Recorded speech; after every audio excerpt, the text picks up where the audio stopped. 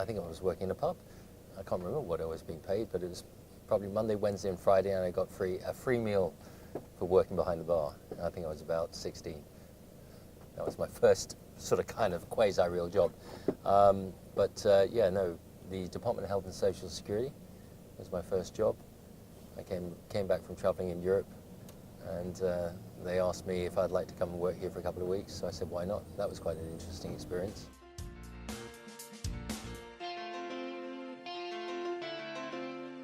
Cash is king, and if you're not, and you're raising money, then preserving it or making it last as long as you can is equally important, as is your ambition to grow. So, the ability to manage the finances within the business in conjunction with your ambitions for the business, I think are really, really important.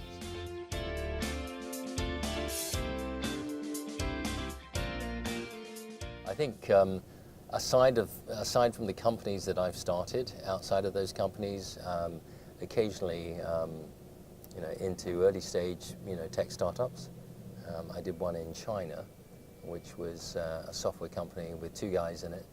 They were based in Shanghai, and the Chinese software engineer had worked at MIT, and I backed his company, and within 2 years he got to nearly 200 staff. And eventually sold, and we got an 86% return on our money. That was pretty good. He happened to be building, at the time, the operating system for the world's first smartphone. But back then, we were all using Nokia, so who knew what that was going to be?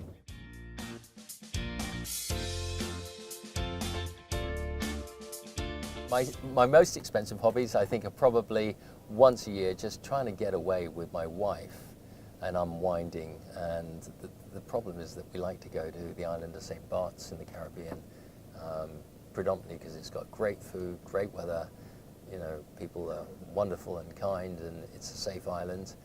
But I also go to the local gym on the island, so to me that's really an important part of my vacation.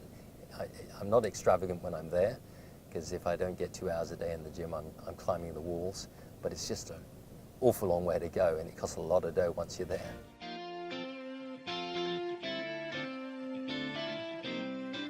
Paintings, yeah. So art's been my most expensive purchase. So I think probably the most expensive is and I call it an investment, so rather than an indulgent, and it's a real pleasure to look at, and that's an Oscar Dominguez and a little Leger.